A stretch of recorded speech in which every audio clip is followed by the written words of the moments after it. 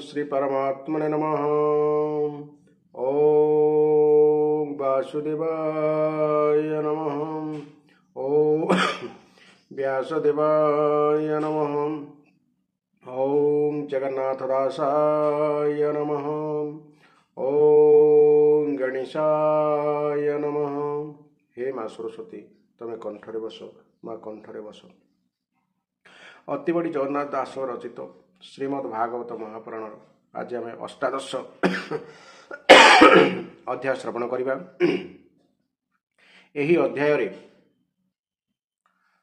पृथ्वी ठारो दोहन कथा वर्णना करा जायछि। राजा पृथ्वी प्रति कोप करथिले एवं फलस्वरूप पृथ्वी मध्य स्तुति करथिले राजा को, एवं तापरे पृथ्वी क्षीर देवा आरंभ करथिले। अर्थात प्रकृति जहाँ मनुष्य आशा करे पृथ्वी ताहाको प्रदान करथिले। तेबे आसंतो आरंभ करिबा एहार प्रथम भाग रे पद्यांतरी एवं द्वितीय भाग रे एहार व्याख्या। अष्टादश अध्याय। अष्टादशरे पृथुबले सर्वे दुहिले मही भले। मैत्रेय उवाच कुपित स्फुरित वचन स्वभावे अरुणलोचन। एमंत पृथु मुख चाहि भये च रणे शिर देई। विनये करी नाना स्तुति पुणि बोलई वसुमती।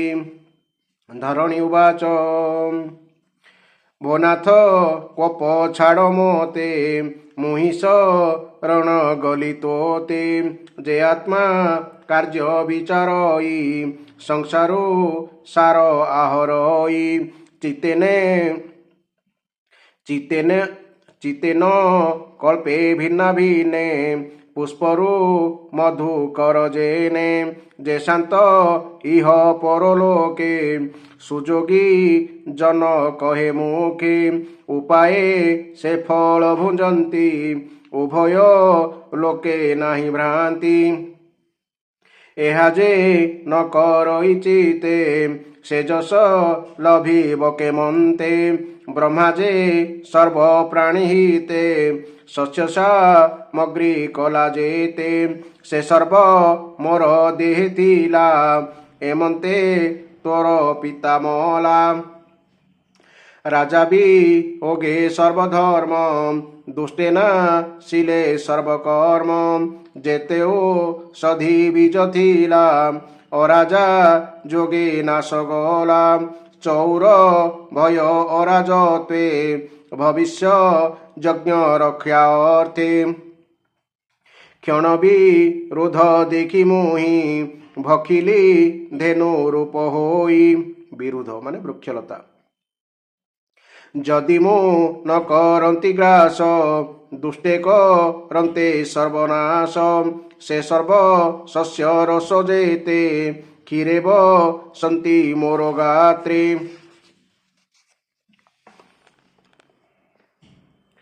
एबे तू रक्षा कर मोते दोहन कर तु जुगते। क्षरिबी सर्व शस्य मोहि जारजी बन जेणे रही। मु सर्व काम धेनु रूपे श्रविबी सर्व जनमुखे। तू एबे मते रक्षा कर धनुआ युद्ध परिहर। सुषम कर मोर गात्र मुहि जे सने शस्य क्षेत्र।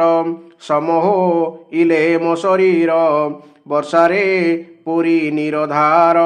सरस होई मो शरीर शस्य उठिब निरंतर। होइब नाना रूपे धान्य जंतुए लभिबे जीवन। मैत्रेय उवाच एमंत धरणी वचन शुणी सन्तोष पृथुमन। मनुकु बच्छा रूप करी भावे बोलई दंडधारी।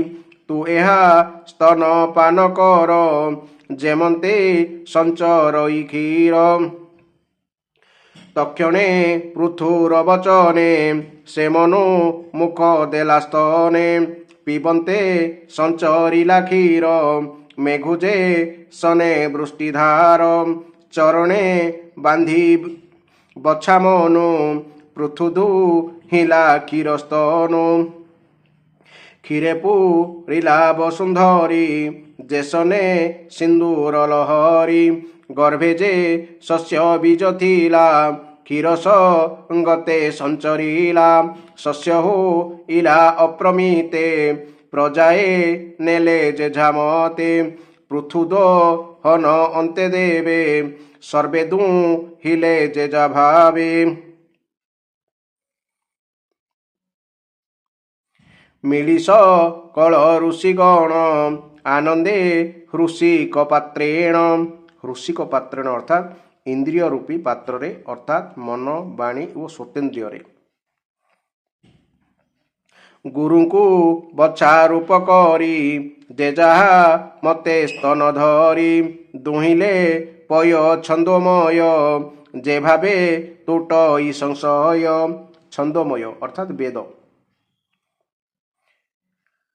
ପୁଣିସ କଳ ଦେବେ ଧରି ଇନ୍ଦ୍ରଙ୍କୁ ବଛା ରୂପ କରି ସୁବର୍ଣ୍ଣମୟ ପାତ୍ର ଆଣି ଆନନ୍ଦେ ଦୁହିଁଲେ ଧରଣୀ ସୋମ ଦୁହିଁଲେ ଯେଝାମତେ ଅଶେଷ ଯଜ୍ଞ କର୍ମ ଅର୍ଥେ ଅମୃତ ବୀର୍ଯ୍ୟ ଓଜବଳ ଦୁହିଁଲେ ପୟ ସୁନିର୍ମଳ ଦୈତ୍ୟଦା ନଭି ପୁଣ ଧରି ପ୍ରହ୍ଲାଦକୁ ବଛା କରି ଦୁହିଲେ ଲୌହମୟ ପାତ୍ରେ ସୁରା ଶବ ଆଦି ଯେତେ ବିଶ୍ୱାବ ସୁଙ୍କୁ ବଛା କରି ଗନ୍ଧର୍ବ ଅପସରା ଧରି ଦୁହିଁଲେ ପଦ୍ମ ପାତ୍ରେ କ୍ଷୀର ମଧୁର ସୁଗନ୍ଧ ସୁନ୍ଦର ଶ୍ରାଦ୍ଧ ଦେ ବତା ପିତୃଗଣେ ଶ୍ରଦ୍ଧାରେ କ୍ଷୀର ଜଣେ ଜଣେ ଅର୍ଜମା ବଛା କରି ହସ୍ତେ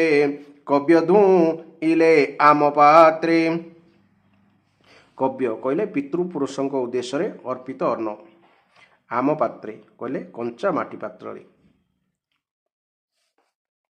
ସକଳ ସିଦ୍ଧ ଗଣ ରଙ୍ଗେ କପିଳ ବଛା ଘେନି ସଙ୍ଗେ ସଂକଳ୍ପମୟ କ୍ଷୀରଧାରେ ଦୁହିଁଲେ ଜନ ଉପକାରେ ପୁଣି ମିଳିଲେ ବିଦ୍ୟାଧରେ ଯେ ଯାହା ପାତ୍ର ଧରି କରେ ଏହୁଆ କାଶ ପାତ୍ର ଧରି ଖେଚରୀ ବିଦ୍ୟା ଦୁହିଁ କରି ଖେଚରୀ ବିଦ୍ୟା ଅର୍ଥାତ୍ ଆକାଶରେ ବିଚରଣ କରିବା ବା ଅନ୍ତର୍ଦାନ ହେବା ଇତ୍ୟାଦି ବିଦ୍ୟା ଆନନ୍ଦ ମନେ କ୍ଷୀର ଦୁହିଁ ବସିଲେ ଯେଝା ଭାବେ ଯାଇ ପୁଣି ମିଳିଲେ ପୁଣ୍ୟଜନେ ମୟକୁ ବଛା କଳ୍ପି ମନେ ପୁଣ୍ୟଜନେ ଅର୍ଥାତ୍ କିମ୍ ପୁରୁଷ ପ୍ରଭୃତି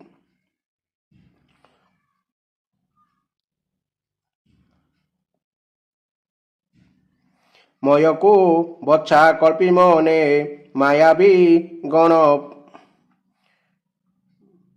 ପୁଣି ମିଳିଲେ ପୁଣ୍ୟଜନେ ମୟକୁ ବଛା କଳ୍ପି ମନେ ମାୟାବୀ ଗଣ ପୁଣି ଆସି ଧରଣୀ ସ୍ତନ ତଳେ ବସି ଆନନ୍ଦ ପାତ୍ର କରି ମନ ସର୍ବେ ଦୁହିଁଲେ ଅନ୍ତର୍ଧ୍ୟାନ ଅନ୍ତର୍ଧ୍ୟାନ ମାନେ ଅନ୍ତର୍ଧ୍ୟାନ ହେବାର ବିଦ୍ୟା ମିଳିଲେ ଯକ୍ଷ ରକ୍ଷ ଗଣେ ଭୂତବେ ତାଳ ଜାତୁଧାନେ କପାଳ ପାତ୍ରକୁ ଧଇଲେ ରୁଦ୍ରଙ୍କୁ ଆଣି ବଛା କଲେ ରୁଧିର ମଧ୍ୟ ସେ ଦୁହିଁଲେ ପିଶାଚେ ଆନନ୍ଦ ହୋଇଲେ ତକ୍ଷଣେ ସର୍ପ ଗଣେ ଆସି ଧରଣୀ ସ୍ତନ ତଳେ ବସି ତକ୍ଷକ ବଛା ରୂପ କରି ପୟ ଦୁହିଁଲେ ସ୍ତନ ଧରି ବିଳକୁ ପାତ୍ର କରି ରଙ୍ଗେ ବିଷ ଦୁହିଁଲେ ଅତି ବେଗେ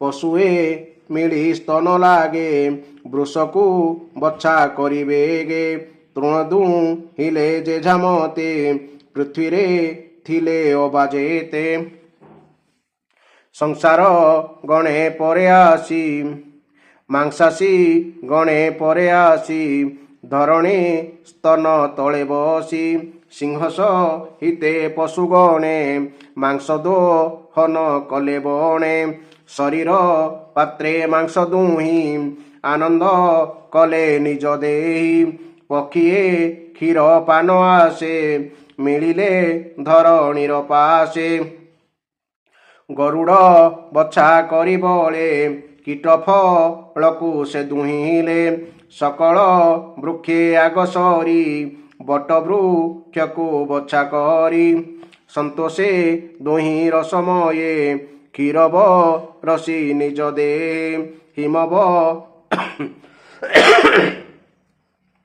ହିମବନ୍ତକୁ ବଛା କରି ଧାତୁ ଧୁହିଲେ ସର୍ବଗିରି ସେ ପୃଥୁ ବସିଥିଲା ସକଳେ କାମ ଦୁଘା ହେଲା କାମ ଦୁଘା ଅର୍ଥାତ୍ ସର୍ବାର୍ଥ ଦାୟିନୀ ଏମନ୍ତେ ପୃଥୁ ଆଦି ସର୍ବେ କ୍ଷୀର ଦୁହିଲେ ଯେଝା ଭାବେ ଯେତେକ ଲୋକ ମୁନି ଆଦି ଦୁହିଁଲେ ନିଜାର୍ନ ସମ୍ପାଦି ପୃଥୁ ଧରଣୀ ମୁଖ ଚାହିଁ ଆନନ୍ଦ ମନେ ବିଚାରଇ ଏ ମୋର ପାଇଁ ଦୁଃଖ ସହି ରୂପ ବହିଲା ଧେନୁ ହୋଇ ଯେ ଯାହା ସୁଖେ ପୟ ନେଲେ ସର୍ବେ ତ ଶିଲା ମହି ଭଲେ ସକଳେ ଲଭିଲେ ଜୀବନ ଦେଖ ଏ ହାର ଦେହ ଧନ୍ୟ ଏ ମୋର ଦୁହିତା ହୋଇବ ଏଣେ ବଞ୍ଚିଲେ ସର୍ବଜୀବ ଜୀବଙ୍କ ଜୀବଦାତା ଯେଣୁ ଏହାର ପୃଥ୍ୱୀ ନାମ ତେଣୁ ହୋଇବ ଏ ମୋର ପ୍ରମାଣ ଯେଣୁ ଏ ସଂସାର ଧାରଣ ଏମନ୍ତେ ପୃଥ୍ୱୀ ନାମ କରି ସୁଖେ ପାଳିଲେ ବସୁନ୍ଧରୀ ଭୂମିରେ ଉଚ୍ଚ ପ୍ରାୟ ସ୍ଥାନ ଧନୁହୁଳେ କରି ସମାନ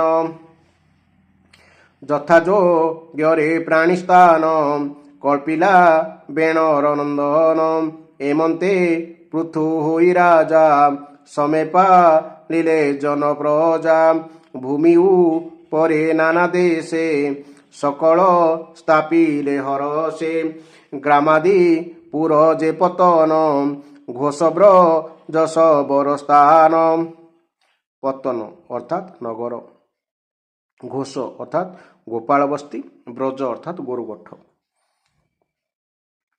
ଆଖର ଖେଟ ଯେ ଖର୍ବଟ ଦୁର୍ଗ ଗ୍ରାମାଦି ଯେ ନିର୍ମିତ ସେ ରାଜା ଅତି ସ୍ନେହ ଭରେ ସକଳ ଜୀବଙ୍କୁ ନିର୍ଭରେ ଜନଙ୍କୁ ପାଳେ ପିତା ପ୍ରାୟେ ସକଳେ ରହିଲେ ନିର୍ଭୟୀ ନିଶ୍ଚିନ୍ତେ ରହିଲେ ସକଳେ ଅଚଳ ଯେସନେ ନିଶ୍ଚଳେ ପୃଥୁଚ ରିତ ସୁଧାବାଣୀ ଶୁଣି ସଂସାରୁତର ପ୍ରାଣୀ ବୋଲଇ ଦାସ ଜଗନ୍ନାଥ ଭାଷା ପ୍ରବନ୍ଧେ ଭାଗବତ ଇତି ଶ୍ରୀମଦ୍ଭାଗବତୀ ମହାପୁରାଣେ ପରମହଂସା ସହିତାୟଂ ଚତୁର୍ଥ ସ୍କନ୍ଧେ ପୃଥ୍ୱୀଦୋହ ନାମ ଅଷ୍ଟାଦଶୋଧ୍ୟାୟ। ବର୍ତ୍ତମାନ ଏହି ଅଧ୍ୟାୟରେ ଆମେ ବ୍ୟାଖ୍ୟା ଶୁଣିବା।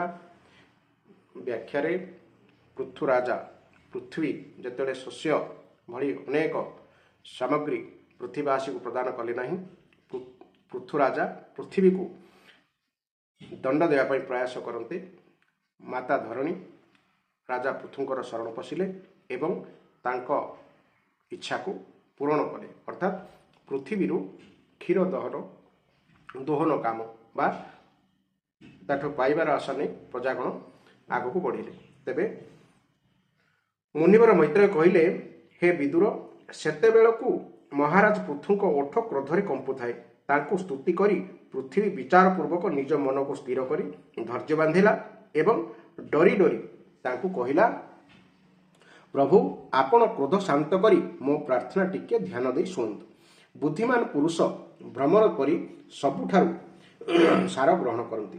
ତତ୍ତ୍ୱଦର୍ଶୀ ମୁନିମାନେ ଇହଲୋକ ଓ ପରଲୋକରେ ମନୁଷ୍ୟମାନଙ୍କର କଲ୍ୟାଣ ସାଧନ ନିମନ୍ତେ କୃଷି, ଅଗ୍ନିହୋତ୍ର ଆଦି ବହୁ ଉପାୟ ବାହାର କରି ସେସବୁ କାମରେ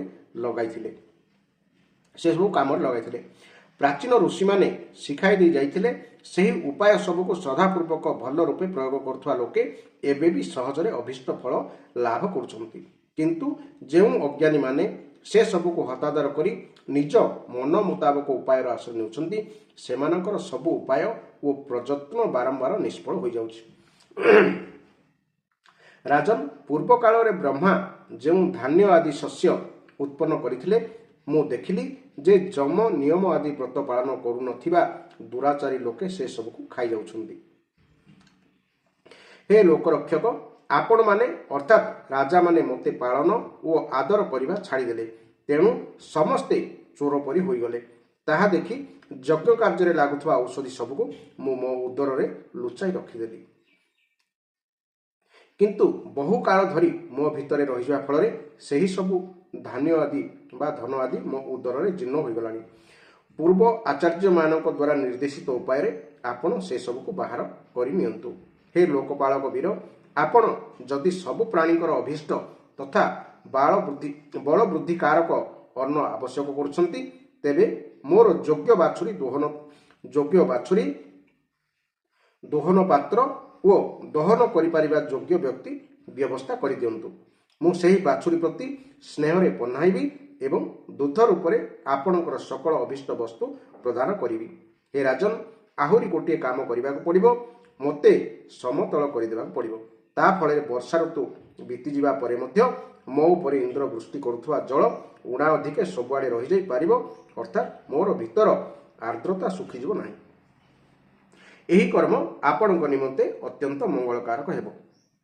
ମୁନିବର ମୈତ୍ରେୟ କହିଲେ, ପୃଥିବୀ କହିଥିବା ପ୍ରିୟ ଓ ହିତକର ବଚନ ସ୍ୱୀକାର କରି ମହାରାଜ ପୃଥୁ ସ୍ୱୟଂଭୁବ ମନୁକୁ ବାଛୁରୀ କହିଦେଲେ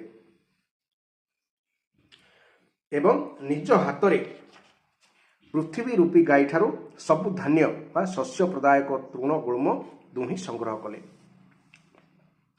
ଅନ୍ୟ ବିଜ୍ଞଜନମାନେ ମଧ୍ୟ ପୃଥୁଙ୍କ ପରି ସବୁଠାରୁ ସାର ଗ୍ରହଣ କରିଥାନ୍ତି, ତେଣୁ ସେମାନେ ମଧ୍ୟ ପୃଥୁଙ୍କ ଦ୍ୱାରା ଅନୁଶାସିତ ବସୁନ୍ଧରା ଠାରୁ ନିଜର ଅଭୀଷ୍ଟ ବସ୍ତୁ ଦୋହନ ବା ସଂଗ୍ରହ କରିନେଲେ। ଋଷିମାନେ ବୃହସ୍ପତିଙ୍କୁ ବାଛୁରୀ କରି ଇନ୍ଦ୍ରିୟ ବା ବଚନ, ମନ ଓ କର୍ଣ୍ଣ ରୂପୀ ପାତ୍ରରେ ପୃଥିବୀ ଦେବୀଙ୍କ ଠାରୁ ବେଦ ରୂପୀ ପବିତ୍ର ଦୁଗ୍ଧ ଦୋହନ କରିନେଲେ। ଦେବତାମାନେ ଇନ୍ଦ୍ରଙ୍କୁ ବାଛୁରୀ ରୂପେ କଳ୍ପନା କରି ସୁବର୍ଣ୍ଣମୟ ପାତ୍ରରେ ଅମୃତ, ବୀର୍ଯ୍ୟ, ମନୋବଳ, ଓଜ, ଇନ୍ଦ୍ରିବଳ ଓ ଶାରୀରିକ ବଳ ରୂପୀ ଦୁଧ ଦୁହିଁଲେ।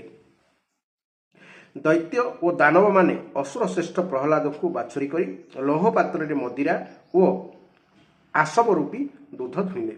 ଗନ୍ଧର୍ବ ଓ ଅପସରାମାନେ ବିଶ୍ୱାବସୁଙ୍କୁ ବାଛୁରୀ କରି ପଦ୍ମ ରୂପୀ ପାତ୍ରରେ ସଙ୍ଗୀତ, ମାଧୁର୍ଯ୍ୟ ଓ ସୌନ୍ଦର୍ଯ୍ୟ ରୂପୀ ଦୁଧ ଦୁହିଁଲେ। ଶ୍ରାଦ୍ଧର ଅଧିଷ୍ଠାତା ମହାଭାଗ ପିତୃଗଣ ଆର୍ଯ୍ୟମାକୁ ବାଛୁରୀ କରି ପୋଡ଼ା ଯାଇ ନଥିବା ବା କଞ୍ଚା ମାଟି ପାତ୍ରରେ ଶ୍ରଦ୍ଧାପୂର୍ବକ କବ୍ୟ ବା ପିତରମାନଙ୍କୁ ଦିଆଯାଉଥିବା ଅନ୍ନ ରୂପୀ ଦୁଧ ଦୁହିଁଲେ। ତାପରେ କପିଳ ଦେବଙ୍କୁ ବାଛୁରୀ କରି ଆକାଶ ରୂପୀ ପାତ୍ରରେ ସିଦ୍ଧମାନେ ଅଣିମ ଆଦି ଅଷ୍ଟସିଦ୍ଧି ତଥା ବିଦ୍ୟାଧରମାନେ ଆକାଶ ଗମନ ଆଦି ବିଦ୍ୟା ଦୋହନ କଲେ। କିମ୍ ପୁରୁଷ ଆଦି ଅନ୍ୟ ମାୟାବୀମାନେ ମୟ ଦାନବକୁ ବାଛୁରୀ କରିଦେଲେ ଏବଂ ଅନ୍ତର୍ଧ୍ୟାନ ହେବା, ବିଚିତ୍ର ରୂପ ଧାରଣ କରିବା ଆଦି ସଂକଳ୍ପମୟ ବିଭିନ୍ନ ମାୟାକୁ ଦୁଧ ରୂପେ ଦୁହିଁଲେ। ଏପରି ଭାବରେ ଯକ୍ଷ, ରାକ୍ଷସ ତଥା ଭୂତ ପିଶାଚ ଆଦି ମାଂସାହାରୀମାନେ ଭୂତନାଥ ରୁଦ୍ରଙ୍କୁ ବାଛୁରୀ କରି କପାଳ ରୂପୀ ପାତ୍ରରେ ରୁଧିରାଶବ ରୂପୀ ଦୁଧ ଦୁହିଁଲେ। ଫଣା ଥିବା ସାପ, ଫଣା ନଥିବା ସାପ, ନାଗ ଓ ବିଛା ଆଦି ବିଷଧର ଜନ୍ତୁମାନେ ତକ୍ଷକଙ୍କୁ ବାଛୁରୀ କରି ମୁଖରୂପା ପାତ୍ରରେ ବିଶ୍ୱରୂପୀ ଦୁଧ ଦୁହିଁଲେ। ପଶୁମାନେ ଭଗବାନ ରୁଦ୍ରଙ୍କ ବାହନ ବୃଷଭକୁ ବାଛୁରୀ କରି ବନରୂପୀ ପାତ୍ରରେ ତୃଣରୂପୀ ଦୁଧ ଦୁହିଁଲେ। ବଡ଼ ବଡ଼ ସ୍ୱଦନ୍ତ ଥିବା ମାଂସାଶୀ ଜୀବମାନେ ସିଂହରୂପୀ ବାଛୁରୀ ଲଗାଇ ନିଜର ଶରୀର ରୂପୀ ପାତ୍ରରେ କଞ୍ଚା ମାଂସ ରୂପୀ ଦୁଧ ଦୁହିଁଲେ ଏବଂ ଗରୁଣଙ୍କୁ ବାଛୁରୀ କରି ପକ୍ଷୀମାନେ କୀଟ ପତଙ୍ଗ ଆଦି ଚର ଓ ଫଳ ଆଦି ଅଚର ପଦାର୍ଥ ଦୁଧ ରୂପେ ଦୋହନ କଲେ। ବୃକ୍ଷମାନେ ବରଗଛକୁ ବାଛୁରୀ କରି ନାନା ପ୍ରକାର ରସ ରୂପୀ ଦୁଧ ଦୁହିଁଲେ ଏବଂ ପର୍ବତମାନେ ହିମାଳୟକୁ ବାଛୁରୀ କରି ନିଜର ଶିଖର ରୂପୀ ପାତ୍ରରେ ଅନେକ ପ୍ରକାର ଧାତୁ ରୂପୀ ଦୁଧ ଦୋହନ କଲେ।